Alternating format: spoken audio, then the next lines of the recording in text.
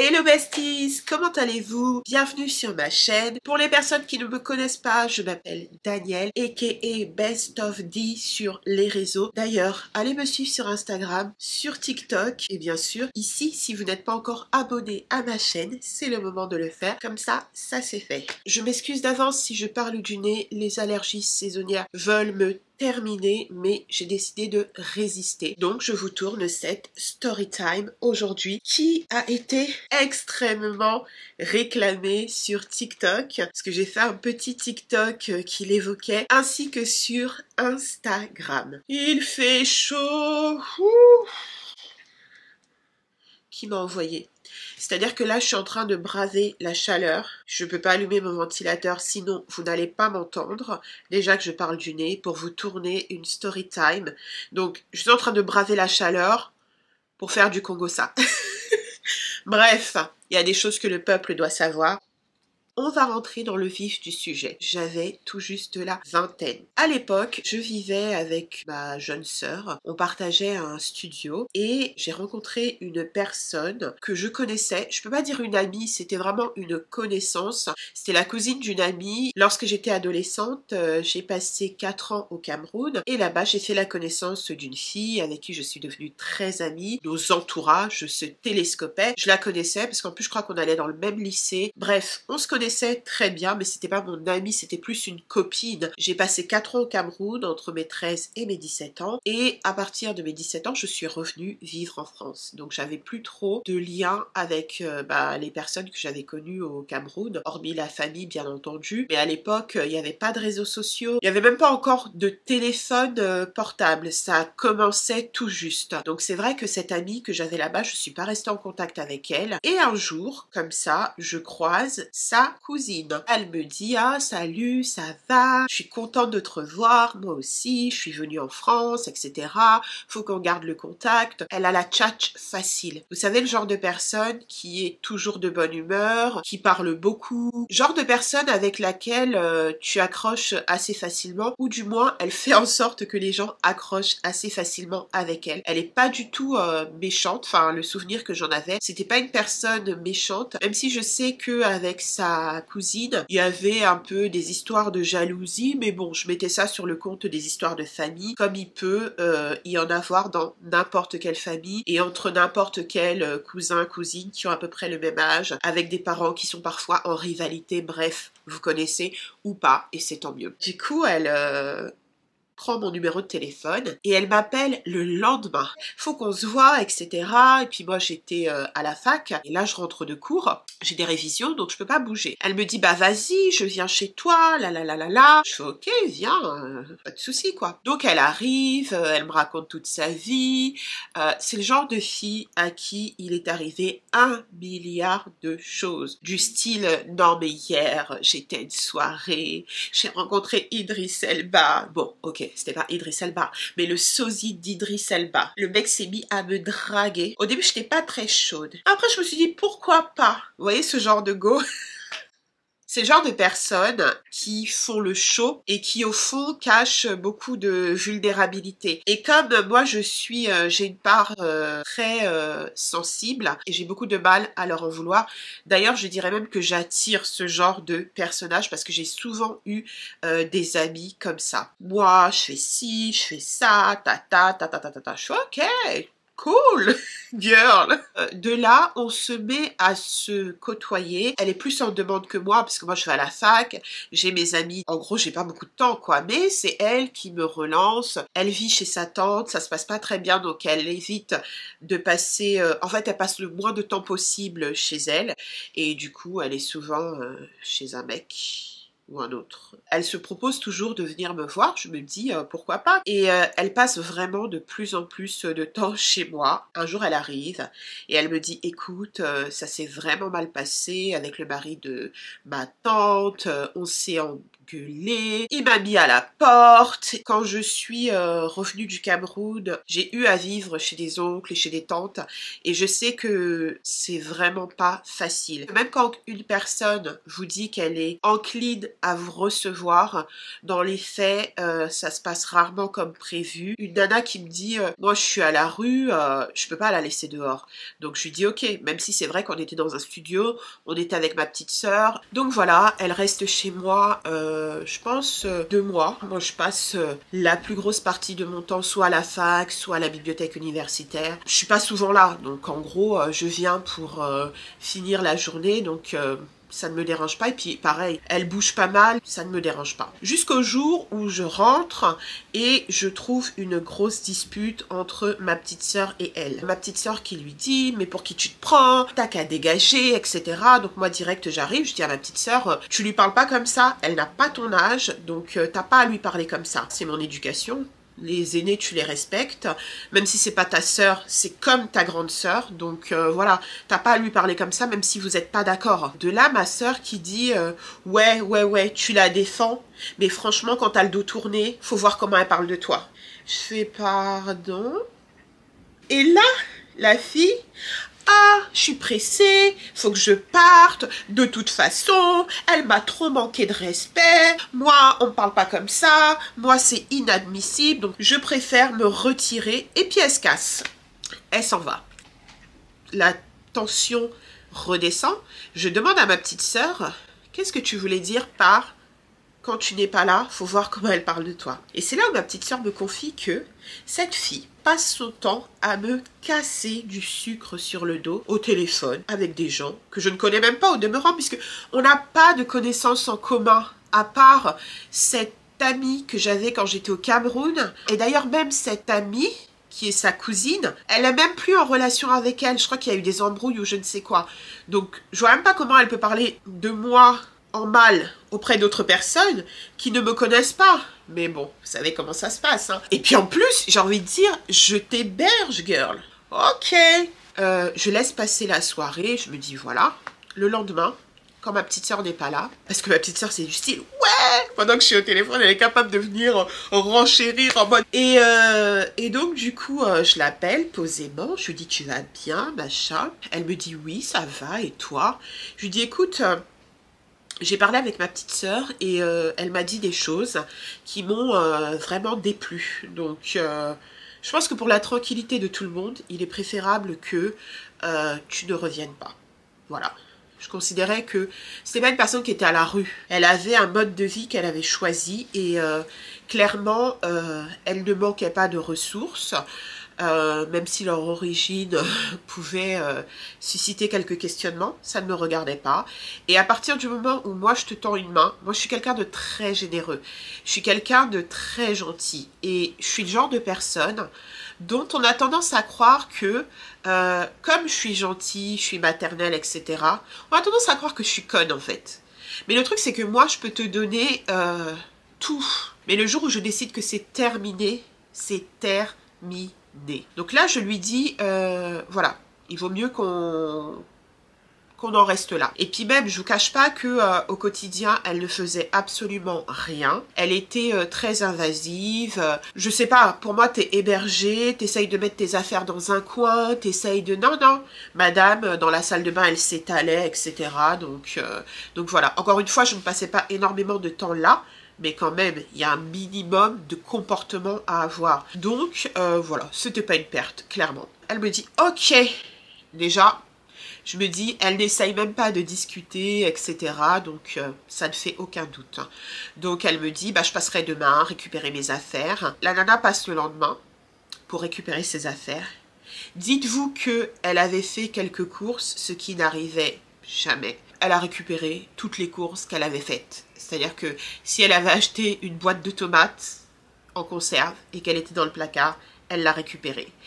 Elle a récupéré le PQ qu'elle avait acheté. Sachant que des 2 mois qu'elle avait passé là, je ne lui avais absolument rien demandé. Rien. Mais bon, écoutez, si elle veut récupérer ses affaires, l'essentiel est qu'elle ne fasse pas d'esclandre et qu'elle parte dignement ou pas. Donc elle se casse. Les mois passent, il y a presque un an qui s'écoule entre temps. Et je la croise un jour comme ça dans je descends du tramway. Elle me dit « Ah, comment ça va, tout ça ?» Je lui réponds tranquillement. Moi, je suis pas quelqu'un de rancunière en fait. On s'est pris le chou, t'as voulu parler de moi, tu m'as pris pour une conne, je t'ai dit de dégager, t'es parti sans faire d'esclandre, donc don't act, il n'y a pas de souci, on peut se croiser, on peut se dire bonjour, on peut boire un verre, il n'y a aucun problème, sauf que voilà, je t'hébergerai plus chez moi et on sera jamais amis quoi. Et donc elle me dit, ah bah vas-y, tu veux pas qu'on aille se poser et tout, il y avait le McDo juste à côté, viens on va se manger une glace, je t'invite. Je suis ok, let's go. Et là on y va, on s'installe, on commande, et là, elle commence à me raconter sa vie. À renfort de grands gestes. Oui, alors, moi, machin, cette fois c'est plus Idriss Elba, c'est le sosie de Tyson Beckford, toujours des histoires de mecs en plus, franchement. Et là, je reconnais mes bijoux. Je reconnais mes bijoux. Et en fait, pendant les années que j'ai passées au Cameroun, ma mère m'avait acheté pas mal de bijoux en or parce que là-bas c'est culturel, c'est-à-dire que on considère que l'or ça protège et quand il y a des anniversaires ou autres, on a tendance à offrir des bijoux en or, même si c'est pas des choses que la personne va porter tous les jours, eh bien elle se constitue une sorte de trousseau et voilà, c'est bien de posséder ces bijoux-là, quand on sort on va les mettre, etc. Moi si vous me suivez, vous savez que je suis pas très bijoux, mais j'apprécie de temps en temps pouvoir mettre une petite bague, mettre une petite chaîne, voilà. C'est pas systématique, c'est-à-dire que ça fait pas partie de ma mise en beauté. C'est-à-dire que si j'ai pas de chaîne ou si j'ai pas de bague, je me sens pas nue. Mais des fois j'ai bien envie d'en mettre. Et il se trouve que voilà, j'avais cette boîte à bijoux avec des bijoux vraiment précieux à côté d'une autre boîte avec mes bijoux fantaisie que je mettais pour tous les jours. En plus moi je suis quelqu'un, j'ai tendance à beaucoup me toucher les oreilles, à retirer mes boucles d'oreilles, etc. Donc c'est vrai que tous mes bijoux de valeur, je vais pas forcément les mettre au quotidien. Je vais les mettre dans une boîte et je vais même avoir tendance à les oublier. En tout cas, elle n'avait pas oublié cette boîte que je ne lui avais jamais montrée, dans un coin qui n'était même pas accessible. Donc ça veut dire que la fille a fouillé dans mes affaires. Vous vous rendez compte? Elle a fouillé dans mes affaires, elle a pris mes bijoux, je crois qu'il y avait une bague, une chaîne, ou 2 bagues et une chaîne. Bref, en tout cas je crois qu'il y avait 3 pièces. Donc elle est là et elle me parle. Oui, alors... comme ça, elle oublie complètement que elle porte les bijoux qu'elle m'a volés. Oh my God, what is that? Oh my God, what is that? Et moi, je suis là, je suis sidérée. C'est la sidération. Je l'écoute, je regarde, je vois mes bijoux. Et en fait, le truc, c'est que ça aurait même pu passer inaperçu, mais elle était tellement en mode... oh, voilà, le mec, il m'a dit que, il a fait que... que là, je commence à remarquer ce qu'elle porte, forcément, parce qu'au bout d'un moment, les mêmes histoires, tu t'ennuies, donc tu commences à fixer un peu ton regard sur quelque chose et tout ça d'un peu étincelant, parce que vraiment, ce qu'elle raconte, c'est tellement sombre. Là, c'est la sidération. Et en fait, moi, je suis quelqu'un, il y a des fois des comportements que je trouve tellement honteux, mais honteux à un point que je prends cette honte sur moi. C'est limite, je me sens coupable de faire honte à la personne. Et je me dis, mais mince, si je l'affiche là, en lui disant, mais attends, tu portes mes bijoux, je te les ai pas donnés, mes bijoux. Je me dis, si je l'affiche là, c'est tellement honteux, en plus on est dans un lieu public. Parce que en gros, si je l'affiche et qu'elle ose mentir, là, je vais pas laisser passer. Et je me dis, mais c'est la honte en fait. Et du coup, je pense tellement des fois au bien-être des autres avant le mien que je vais rien dire. Je vais rien dire, même si j'enregistre. En tout cas, sur le moment, je ne vais pas réagir parce que je ne veux pas faire honte à la personne. Et expliquer comme ça, c'est plutôt noble, entre guillemets, sauf que avec le temps, l'expérience, l'âge, comme je vous le dis, ça s'est passé il y a 20 ans, je me suis rendu compte que ça, c'est juste une attitude de people pleaser. C'est-à-dire que t'aimes toujours faire plaisir aux gens au point où tu t'oublies complètement. Et ça, je dis ça pour les personnes qui seraient dans le même cas que moi. Ne faites pas ça en fait. Sentez-vous toujours légitime de dire aux gens, lorsqu'ils dépassent les bornes, de leur dire là tu dépasses les bornes et ça c'est inacceptable. Ne prenez jamais la honte des gens sur vous, c'est à eux d'avoir honte et c'est à eux d'assumer les conséquences de leurs actes, quelles que soient ces conséquences. Voilà, c'était un petit aparté. Si vous voulez, si ça vous intéresse qu'on revienne un peu sur cette notion de people pleaser, je pourrais le faire dans une autre vidéo. Mes bijoux étaient vraiment dans un coin qui n'était pas accessible. Elle se retrouve avec les bijoux sur mes bijoux sur elle. Elle se comporte comme si de rien n'était et puis elle en rajoute, etc. Je me dis, mais en fait, c'est quoi le truc? À quoi tu joues en fait? Tu veux être moi? Trop bizarre, trop bizarre. Malgré tout, je ne dis rien et j'abrège un peu le truc en lui disant écoute, faut que je révise, faut que je rentre chez moi, on se recontacte, on se tient au courant. Je savais pourquoi je lui disais ça et je rentre chez moi. Et là je dis à ma petite soeur, non mais attends, j'ai vu Coco, on l'appellera Coco, elle m'a invitée à prendre une glace au McDo et elle portait mes bijoux que je ne lui ai pas donnés, mes bijoux que je ne lui ai pas prêtés, mes bijoux que je ne lui ai même pas présentés. Elle portait mes bijoux et en plus elle se la racontait avec mes bijoux.